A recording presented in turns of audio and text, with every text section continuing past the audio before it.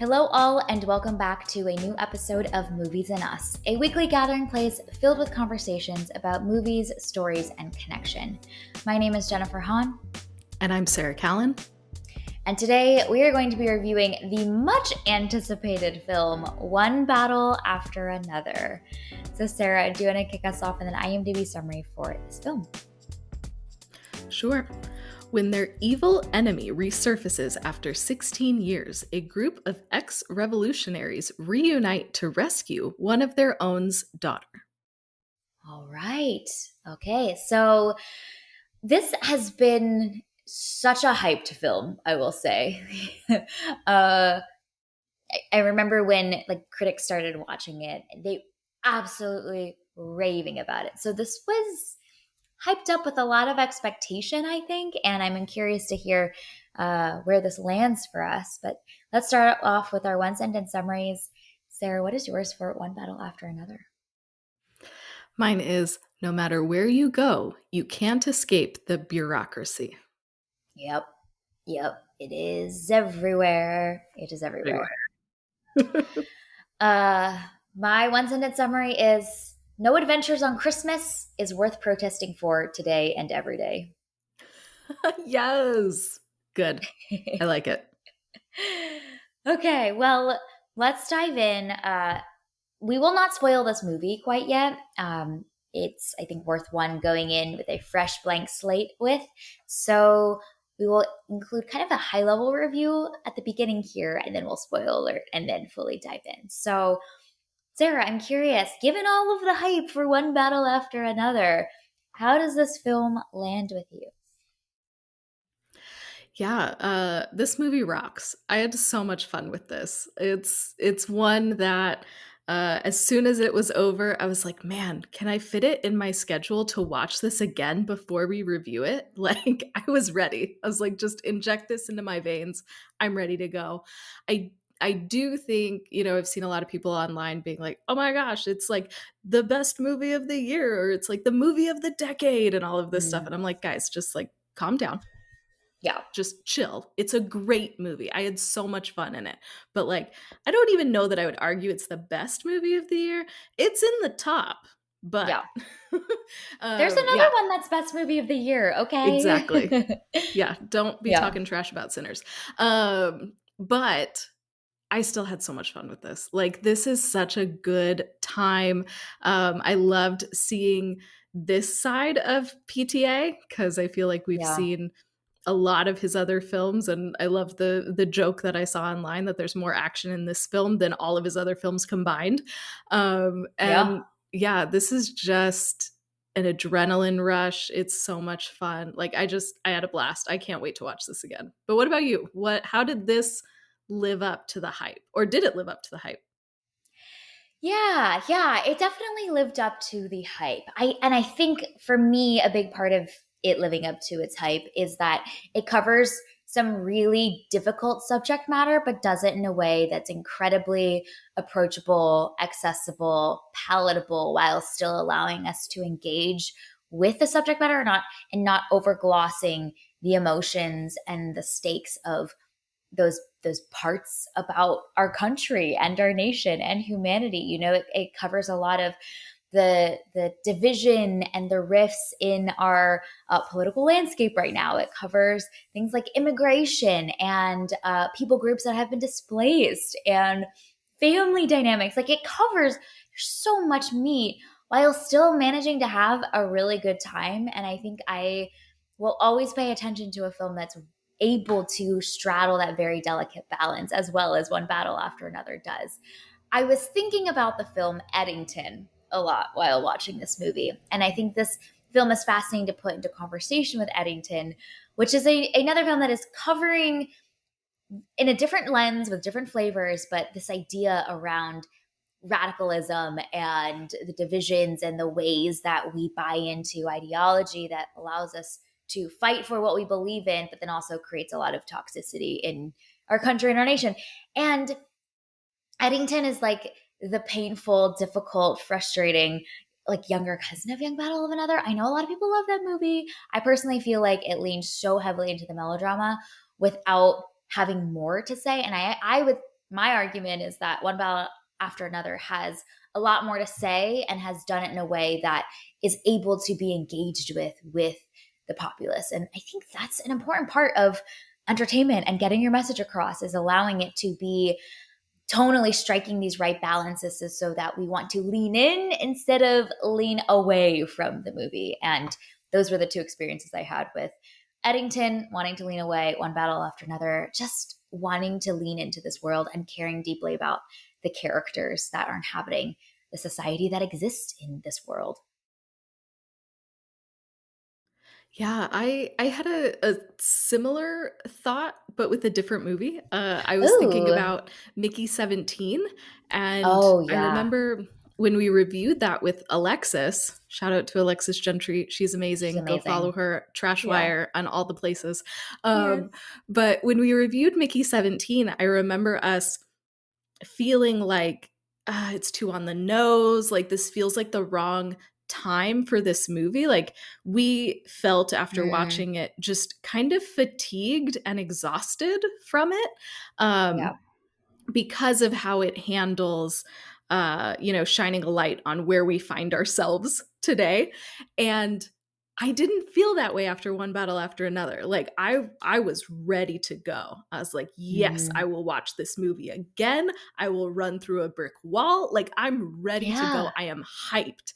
And One Battle After Another, like you said, covers so many really important topics Mm, that are really, really relevant to us today and handles it in a way that it doesn't feel heavy handed, even though it's speaking very clearly on things like immigration. yeah.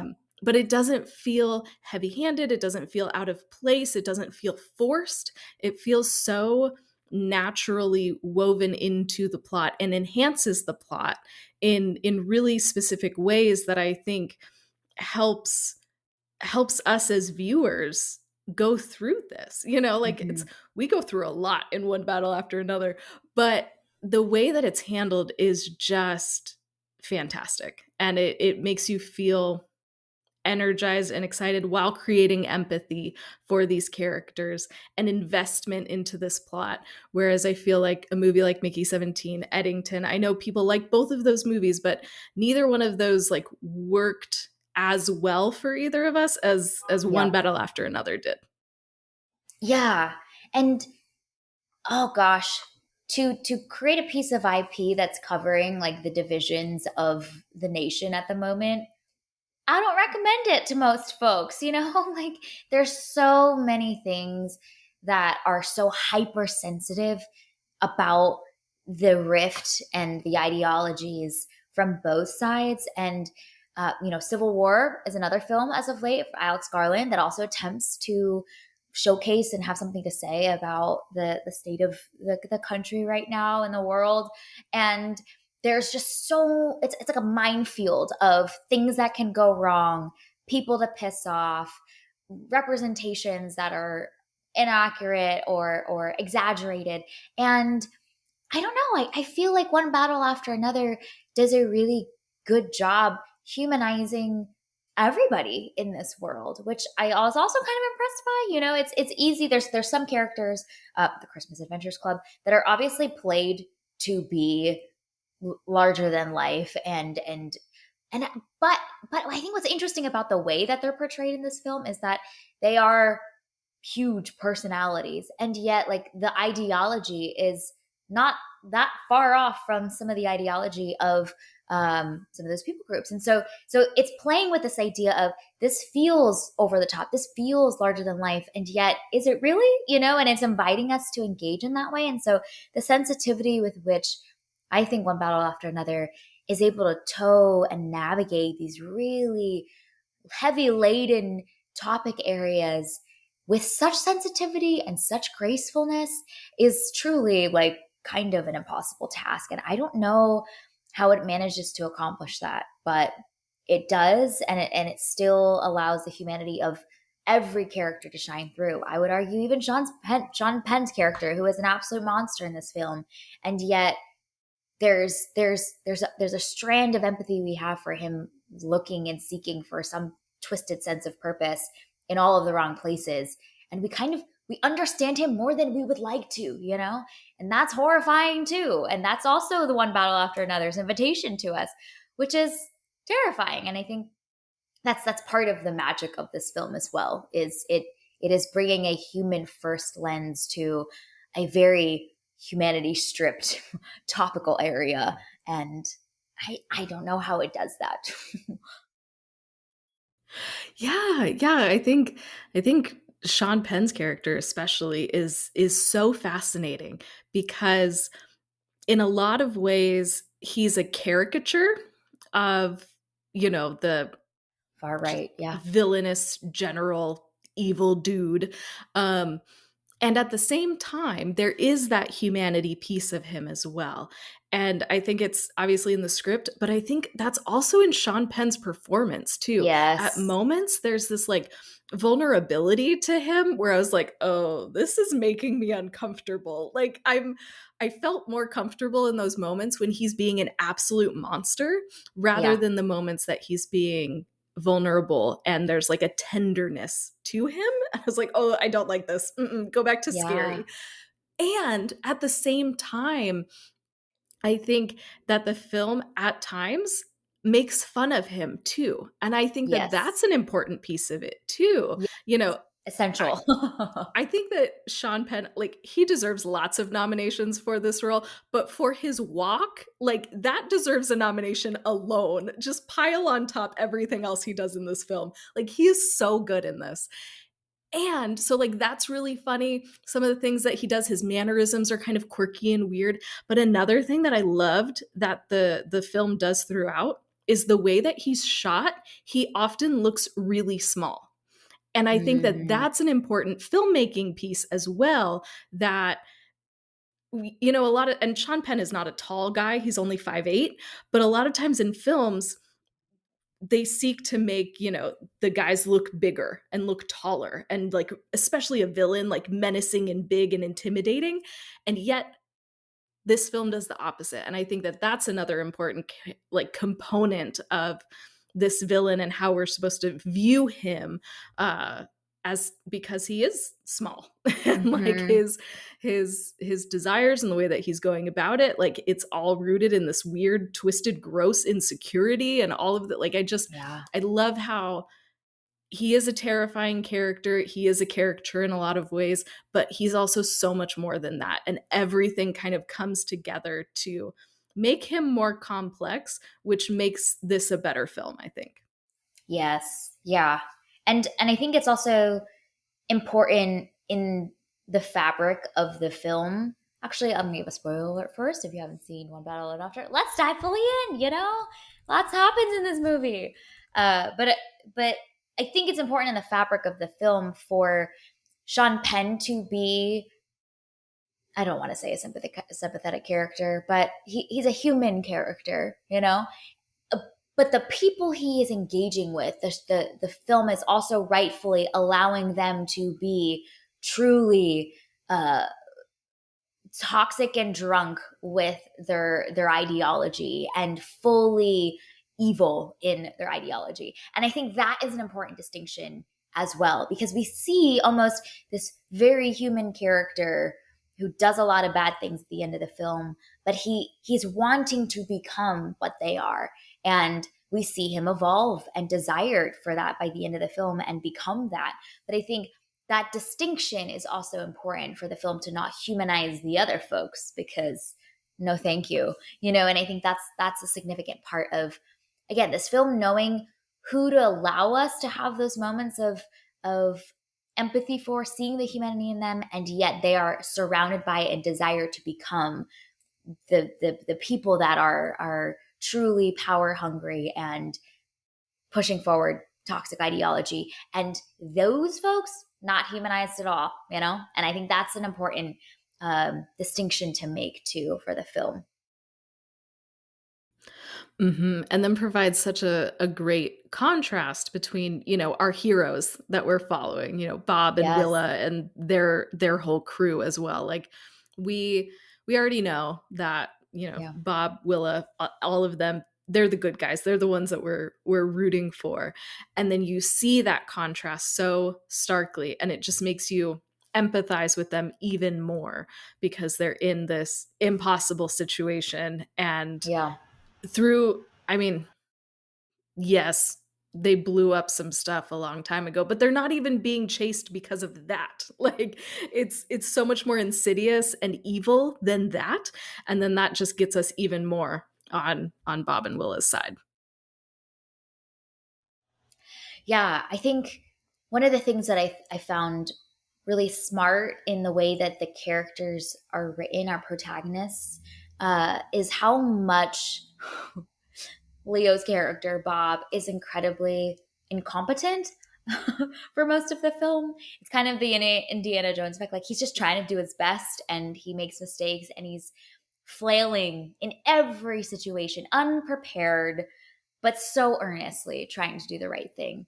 And I think that is a character that feels like us right now, like we can see ourselves and we feel like Bob in a lot of cases, like trying in our ratty flannel robes to like navigate this really complicated world and earnestly trying to do our best and seemingly failing, dropping the ball every single time, but trying to survive. And I feel like the the fact that he is just an average dude, just trying his best, I think allows us to buy into him more. He's just a dad who wants to protect his kid. And he's not this larger than life, overly moral, overly righteous good guy. He's not a superhero at all. And I think that is a protagonist that we can follow. And as he's navigating this landscape in this world that is incredibly toxic, and there are betrayals, and there's all of these shifting loyalties, and it is dark, it is insidious. He's our good guy. He's our good guy that is just trying to survive. And I feel like the way that he's portrayed and what Leo brings to the performance with the earnestness of him really helps sell this as well, because that's someone we want to follow. Yeah, the other thing that I love is that Bob doesn't save the day. Like, he is Yeah. trying so hard. He's doing everything that he can. He's bumbling along. He's making all of these mistakes. He's going on these detours, and he doesn't save the day. And Willa largely saves herself. She gets Mm, help from the tracker. so good. The other dude who is chasing Sean Penn is the one that takes out Sean Penn. So like she gets help from others, Yeah. but she largely saves herself. And I think that that is also something that makes this film really special. That Bob shows up at the end to be comfort and to be Yes. like that feeling of like home and safety for her after Yeah. she has just gone through a very traumatizing experience. And I loved that. I love that he wasn't the Mm, superhero. He didn't sweep in and save the day, but he tried his best and he was there when she needed him, and he was able to provide that safety and care for her uh when she needed it. And I thought that that was just hmm. a really sweet way to kind of end this film, and a different way to portray like a father-daughter relationship than I feel like we get in a lot of movies. We're so used to the like, my child has been taken, now I'm going to murder everybody and rescue them. Like that's just a whole subgenre of action Yeah. films, and I love that this kind of goes away from that trope. I think that Mhm. that helps make this film, I think, even a little bit more special. Yeah, yeah, absolutely. I love the point that you made around Willa ultimately being her own hero and self-actualizing and coming to her own in that way of protecting herself. And I think that in seeing some of the like images and stills of the film, I thought that these two were together for most of the movie. And in reality, they are separate. They are apart for pretty much the whole film and going on their own side adventures. And they only come together at the end. And by that point, like Moss sequence, she goes off to continue to fight for what she believes in. And I think that's really fascinating too, is that both of their journeys are so interconnected, but they are not traversed together. And that's different from what we might see. Another film might have a middle section where they're separated for a bit, but at the end, they're together and they're fighting, 17 cop cars and people that are hunting them, and they somehow triumph. And I love how small in scope the ending is. Willa takes out the one guy that's hunting for her, and they leave and they go home and they go do their thing, and that is that is enough. Like, I think we didn't need the like vulnerable Willa with big strong Leo, and like this encircling of cars. It's just like we've seen that a million times, and it's so overly dramatic. Very fun, very exciting, but this film knows what it's so grounded while also being so adrenaline inducing, and creating so many stakes, but oddly incredibly grounded in reality and not leaning into the spectacle of it all. And there's still plenty of action, you just said it Oh was my gosh, adrenaline yeah. inducing, and it is. And so I love that you can have an action movie that is absolutely riveting, so much fun, and you're on the edge of your seat the entire time, Yep. and it's very rooted and grounded in reality. And I love that PTA was able to marry those two things together and not lean into the spectacle. I For me, that made this movie even more enjoyable because it felt like, I mean, this is a wild story, but it felt like it could happen. And I think that increases the stakes too, because they feel like real people who are fallible, who can get hurt. It didn't feel like anybody was wearing like a ton of plot armor. I mean, Yeah.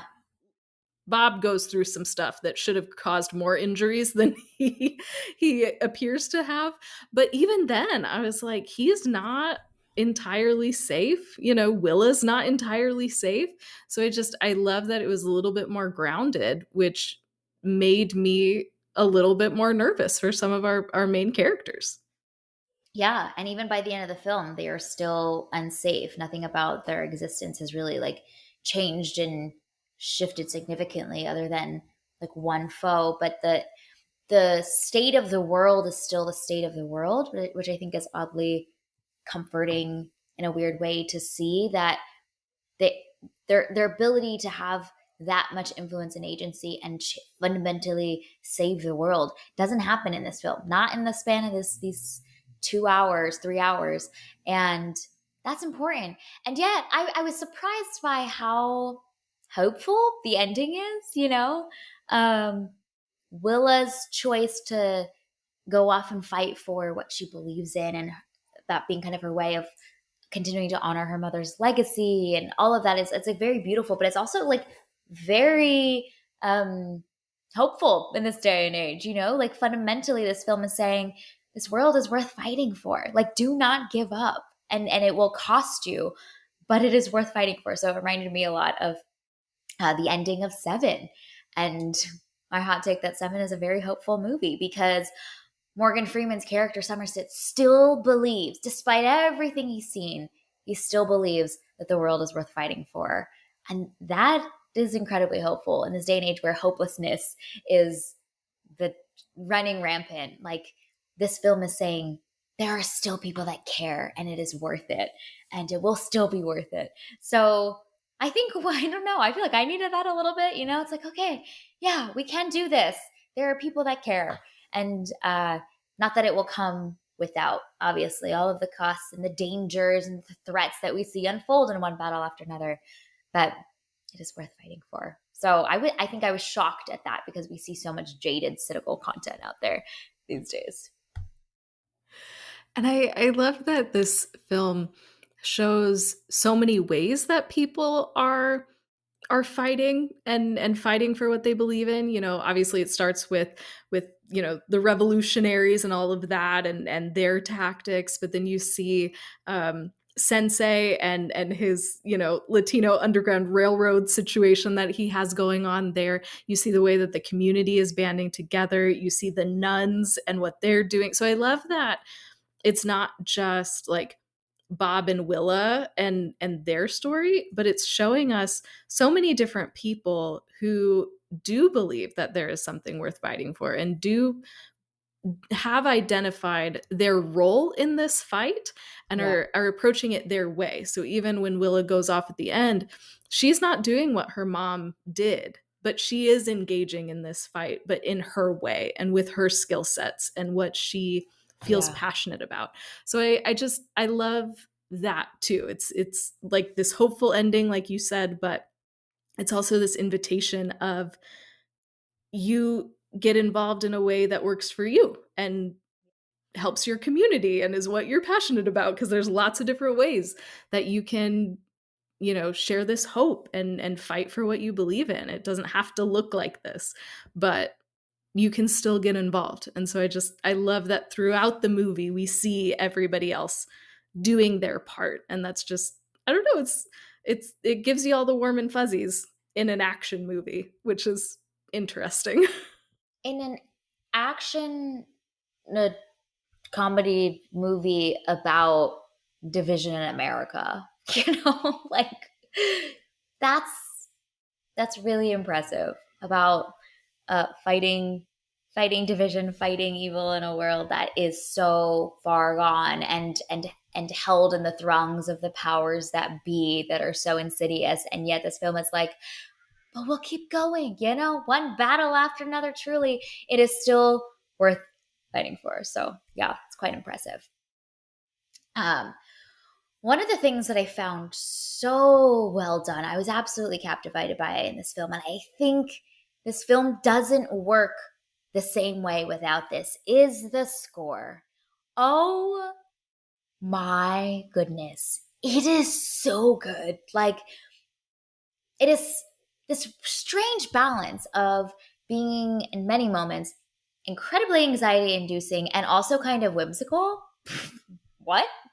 And I think that sells the the packaging, the approachability, the willingness that we have to engage with this film far more than if you put like a big dramatic action score as people from the dividing sides of the country are fighting each other. Like, that's not fun. But give me some anxiety inducing piano infused with some whimsy and make it sound a little like Tom and Jerry esque in there a little bit too when they're doing some chase sequences. Like, that was so fun. And I love how long the score lasts over multiple scenes and sequences and continues the motifs, continues the musical themes, and those musical elements across like large swaths of the film.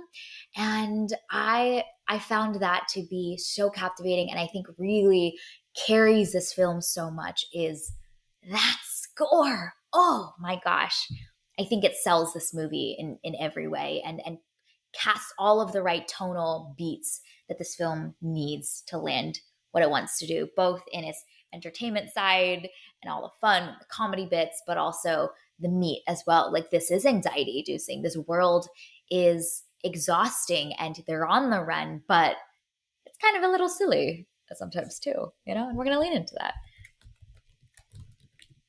Yeah, yeah, absolutely.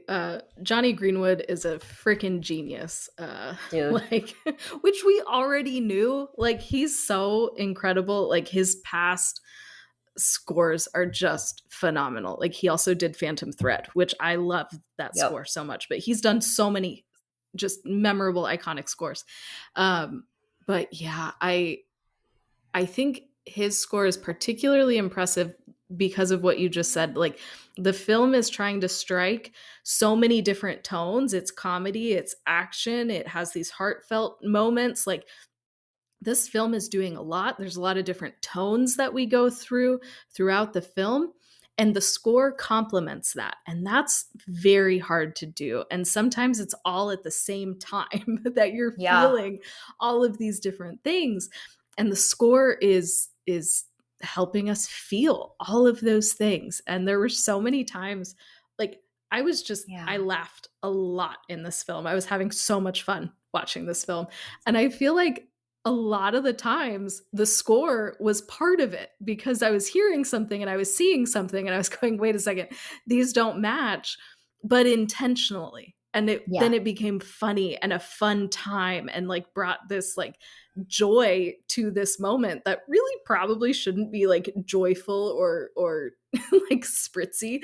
So yeah, just shout out to the score. Oh my gosh, it's so good. So this is another one of those like, this movie should be seen in the best theater that you can with the Yes. best like sound system that you can, because the score is just so good. It's so much fun to just be immersed in it and just kind of let it wash over you. Yeah. Yeah. You really feel sucked into this world and this headspace and this weird tension of tones, like you were saying. This this context is so dramatic and emotional. I mean, we're seeing like refugees fight for their lives, fight for their survival. We're seeing this family get ripped apart, and the father trying to protect his daughter that's being hunted by this very evil man. And yet, there's moments where you kind of like have this out of body experience where like this is so ridiculous. Like you see like Leo in his little flannel robe like crouching on the run, completely flailing, and it's larger than life and over the top. And I think that levity for us to like have a moment of respite to like be brought up out of the situation to be like, this is kind of crazy. You know, the world's kind of crazy right now. That's kind of needed for us for sure survival. And so I appreciate that this film is somehow able to tackle that and weave those tones in without being insensitive. It's a little bit like the Jojo Rabbit effect, which Taika somehow managed to depict one of the most horrific uh, periods of history, the Holocaust, and like make it fun and whimsical and like, you know, Hitler becomes best friends with this little child. It's very strange, but somehow is able to strike the right balance. And I think that takes a lot of intuition, takes a lot of understanding humanity and knowing when we need those moments of respite and when we need the film to take something seriously too and to be sober minded in it and then go back to the whimsy again. And so the score is leading us as the viewer, I think, in and out of those many complex emotions all at once and different tones, allowing us to have those moments to breathe, but also knowing when to be like, this is horrifying and we're not going to shy away from it. So the score is really our guide throughout this film in a lot of ways. Yeah, I think another like really important guide in this film is Sensei. And I mean, Mm. Benicio del Toro does not miss, and Oh, I he love is him. fantastic in this film. He's so good. Um, and I think he plays such an important role in helping us balance the levity with the difficulty, because Leo is he's funny throughout the whole thing without being like overly funny, but just the fish out of water Yeah. juxtaposition is just funny. And then you have Benicio's character, Sensei, who is so matter of fact. He is on a mission, he knows what he's got to do. And so when those two are interacting, it's such a great balance of comedy and just like straight, just playing it straight. And so, especially when Bob is trying to charge his phone and he can't find an outlet. And Sensei is constantly having to like Let's go. redirect him. And Sensei is getting business done. He's telling people where they need to go. This is a very serious moment. And he's like, come on, Bob, not here. And so then they have to go to the next place. And, Sensei's doing orders and getting people where they need to be because this is about to get crazy. And Bob is just losing his mind trying to find an outlet.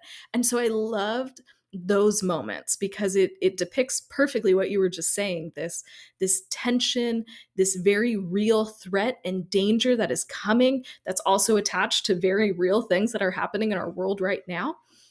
And at the same time, you have this character that is not engaged in what is going on. And that juxtaposition is funny without making light of the very serious things that are going on in the scene. And this film does that like the whole time. So that ability to balance those things, I think, is absolutely brilliant. Mm-hmm. Mm-hmm. And while we're laughing at Bob trying to charge his phone, which is the most relatable experience ever because we live in a modern age and we live by this thing. The juice of this I am beholden to and employed by. Um, but while that scene is unfolding, we see in the background as Sensei is leading him through the back rooms of the karate club that he owns, we're seeing just children lined up, like looking for shelter, that he's housed and taken under his care. And he has a whole operation back there. And there's such an awareness of like, because of the world that these children live in, they cannot be seen. They're having to be housed here. They're having to be moved to the next location. And the combination of the silly and the ridiculous and the backdrop of something that is so emotional and real and difficult is the beauty of this movie. You know, I remember walking out of the theater feeling like, gosh, the tonal mixing of this film was so well done, and it reminds me a lot of what the Coen brothers do really well, which is similar in nature. It's the silly, the over the top, the ridiculous, and yet it is grounded in something that is incredibly gritty and real and horrifying. And we are able to engage with that because we can hold on to the silliness. We can hold on to the relatability of uh, finding the next charger and having to like grab all of your wires as they're flying around, and the frustration of that. My gosh, everyone's experienced that before, and that is our relatability. That's our anchor point into this world that we're kind of traversing and unfolding before us. Yeah, and then that also continues in the next scene too, of when he's finally able to get enough charge and he's finally able to make a call, but he doesn't remember the passcode. We've all been in a just doom spiral of don't remember Yes. your username, don't remember your password. And you're like, I don't remember both, or I don't remember either, and you're not telling me which one. So how do I log in and get what I need to get? Like, not remembering your password is just, I mean, happens to everybody. And so I also love that once Bob able to get what he needs, which is his phone to charge a little bit, then he encounters the next ridiculous obstacle, and we have Yep. Sensei still doing the exact same thing of he is assessing the danger and he is taking all of these steps to make sure that everybody is protected and okay. And all of this while Bob is just berating this dude on the other end of the phone. So again, so relatable, but turned up to like an Yeah. 11, which makes it so funny, but it never detracts from the seriousness of the situation. And even while I was watching that scene, I was like, why is he not aware of anything that's going on outside of him right now? Like, how does he Yeah. not see that Sensei is very serious right now? How does he not see that there are cop cars outside of the window and you can see their lights? Like, how is he this unaware? So I also love that we see those like blind spots in Bob too, as he is doing something that's so relatable that we've all experienced a form of before, Yep. while also being completely oblivious to what's going on around him. And I think that that adds to that juxtaposition and that levity. But we're also going, hey buddy, I need you to pay attention because this is dangerous. Why don't you see this? Yeah, exactly. And he's so lost in his own little world, you know? And I think that's also that could be a frustrating part of that character, but because we know that he is a father and we know his paranoia and we've had time to see him operate in that spiraling before in the earlier scenes, that we understand him by the time we get to the moment where he's just tunnel vision out of earnestness and like fatherly love, desperately focused on the one mission, get daughter back. And he's more prone to that than the average person already, which we've seen in that earlier scene where he completely goes into a paranoia spiral when will his friends show up. And so when he is still operating that, but even greater, we're like, yeah, makes sense. Poor Bob just cares for his daughter, but yet he is missing everything around him. And Benicio is such a strong on-screen presence too, that Honestly, every time he's on screen, I'm like, oh, thank God, everything's going to be okay. I'm finding respite in him as well. And I think that is also a notable, like, tonal thread to weave into the film, too, is that while this world is chaotic, there are these places of safety. Deandra is another great one for Willa. Like, she has this place to be like, someone knows a little bit more what they're doing and is a source of calm and peace when theoretically everything's on fire and you should be freaking out. Yeah, yeah, that is such a good point. And what I really loved about Deandra is that um she's so competent and she knows what we're doing. She has a plan, she's executing on the plan, but she's also scared. And so Yeah. just shout out to Regina Hall and her performance because Yeah. you can you see her strength and you see her fear at the same time. There's also like a tenderness to her at the same time. Like there's so much going on Mm-hmm. within Deandra that I think makes that character so interesting to watch. And she doesn't like overshadow anyone, but she brings so much to this. And those moments when she is on screen are just so powerful. So just shout out to Regina Hall for just a fantastic performance. Like she always brings it, but like, wow, she's very good in this. Yes. Yes. Yeah.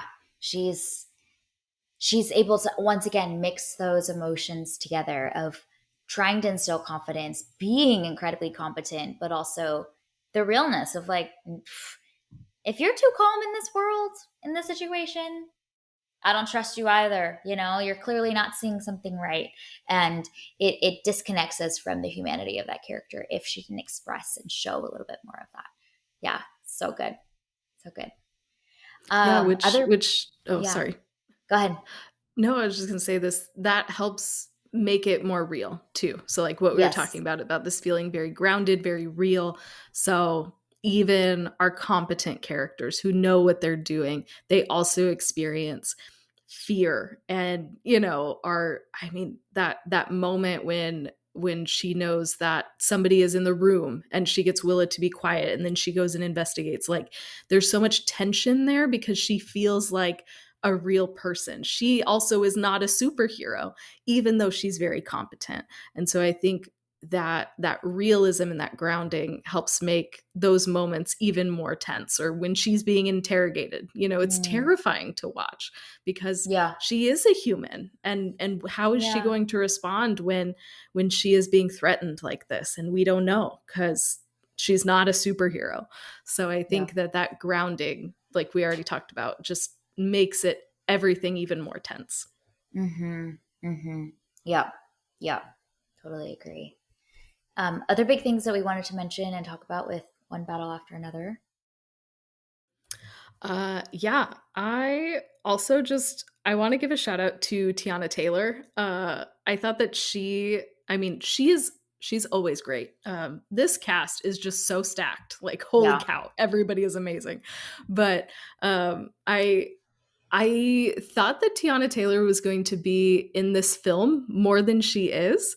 And I'm not going to lie, I was a little bummed that we kind of don't see her again after that first, like, I don't know, 30 or 40 minutes or so. Um, Yeah. but those moments that we do see her, she is so electric and so captivating. And I Yeah. was just like, yeah, man, I get it. I get why everybody is like following you and in this crew with you. Like she has such conviction in this and it's completely believable. And then when she's having a hard time, when she's dealing with like postpartum depression and all Yeah. of that, like that is also very real and vulnerable. And just I number one appreciate that there's a depiction of that on the screen, especially in an action movie.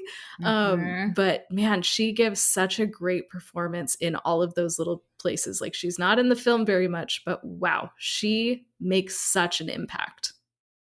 Yeah. And I think the charisma that she carries and the presence and the leadership that is so immediately felt from her, we buy it. We buy immediately who she is. And I think that thread line into Willa and her having that same like fighting spirit, that conviction that will not be snuffed out, that fieriness. It's neat to see the way that both of those women, both of those actresses are bringing that to the screen and showcasing almost the legacy and the lineage as well, you know, of this like fierceness that will not be snuffed out. And so many of the moments where Willa is captured or she's on her journey, I'm just also like impressed by the tenacity of Willa in every situation too. And to feel like we know where that comes from, I think is also this like really beautiful weaving of the film together to showcase, because we've spent enough time with Perfidia to know who she is, to know that this is her daughter, and these are the traits that she's gotten to pass down. Versus having the Perfidia scenes be either too long or too short, kind of doesn't strike that right balance for us. Yeah. Yeah, and just I mean, shout out Chase Infinity, who's Willa. You know, she Yes. is a newcomer, and man, she gives a fantastic performance too. Like, Yeah. just blown away at the subtlety in her performance at times, when there's these like really nuanced emotions that she's having to kind of try and bury because she's in such a difficult situation, and also just like her physicality in the action scene, like just a fantastic performance. Like, wow, I can't wait to see like what she's in next. Hmm. Yeah. Yeah. Absolutely. Absolutely. Um, I also I also found I mean, Leo's, you know, done a bajillion performances that are noteworthy and worthy to be talked about. But I thought that he brought the right amount of kind of guardedness in some of the scenes, and then also allowing the Leo heartstrings to be fully pulled and on display for us. And I think that is essential for this film's like emotional core to be the through line. Is I really believed and I bought that Leo is this father that is desperately searching for his daughter, and that the single-minded tunnel vision earnestness of that pursuit I bought completely, and the desperation of it. So I think that was really well done too. Is Leo bringing that, because it is the counter axis, the counterbalance to every other Willa scene, is that we have to believe that Leo's trying his best to get there and to be a good dad. And it was done in a really great way where it wasn't overly sappy either. I don't know. Sometimes the like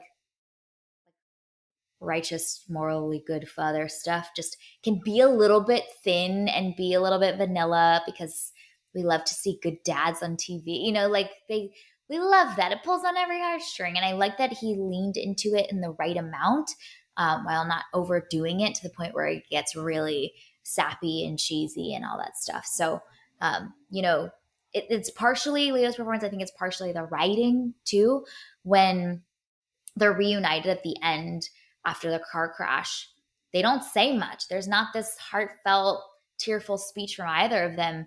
They just embrace, and immediately Willow runs to the car to reach safety. And I think the unspoken expression adds so much. And then, you know, even at the denouement sequence, we don't get another whole like, have a great time, honor your mother, like go forth and be free, my child. It's like, yeah, I'll be here. And he like lights up, you know? And I think the lack of melodrama at the right places, while leaning into the melodrama in the places it needs to for that father-daughter bond, was well done. It could have been too much and a little cheesy, but they nailed it perfectly. Well, and you know that they've both been transformed to some degree by Yes. this experience, but it's not so over the top. You know, they're not now this like perfect family, or they're not, I don't know, doing missions together. Like, Yeah. it's an interesting parallel to when we first meet Willa and Bob, in the present, because Yeah.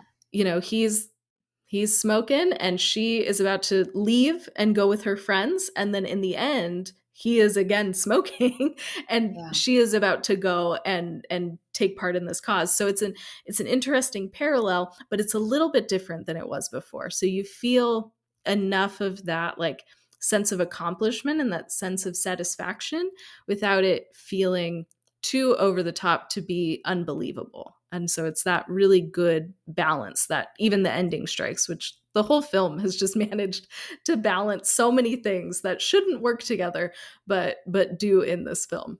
Yeah. Yeah. For sure. For sure. And uh yeah, it's like using the right ingredients at the right time for the right moment, and not too much, not too little. Goldilocks would be very pleased by one battle after another. No, truly, it's like when you're painting with so many more colors, there's so much more that can go wrong that you make brown. And the fact that one battle after another paints with so many multifaceted colors and tones and emotions and plot lines, and is nailing each of those brushstrokes at the right time is truly a miracle, honestly, while covering something that's so big and weighty. So I get the hype, we get it.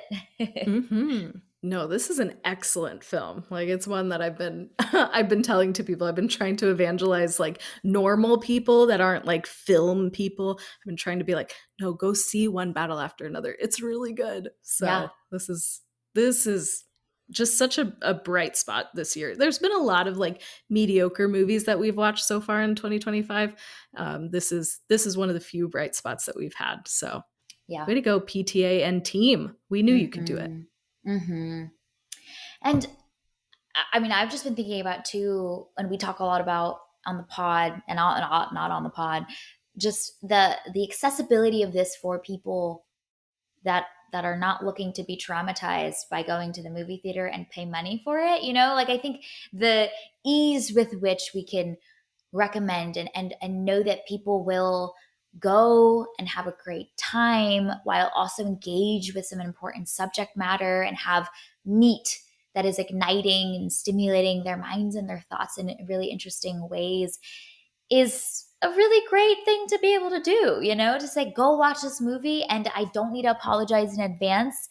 And also disclaimer to you that like it's worth it. It's a lot, but it's worth it. It's thinking about how to reach the masses and allow these very important ideas and relational dynamics and hopefulness to reach people.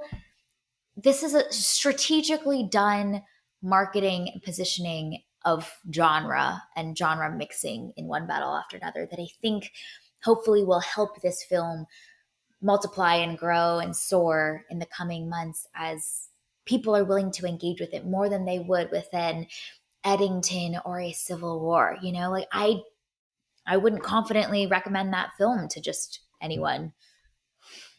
Lots of disclaimers needed on those films, and not that like we need to be comforted or we need pleasant experiences when we go to the movies, because it's important for us to be rattled, it's important for us to be shaken and challenged and to sit with painful, difficult, uncomfortable things. But when you think about where the reach is, it is an important factor.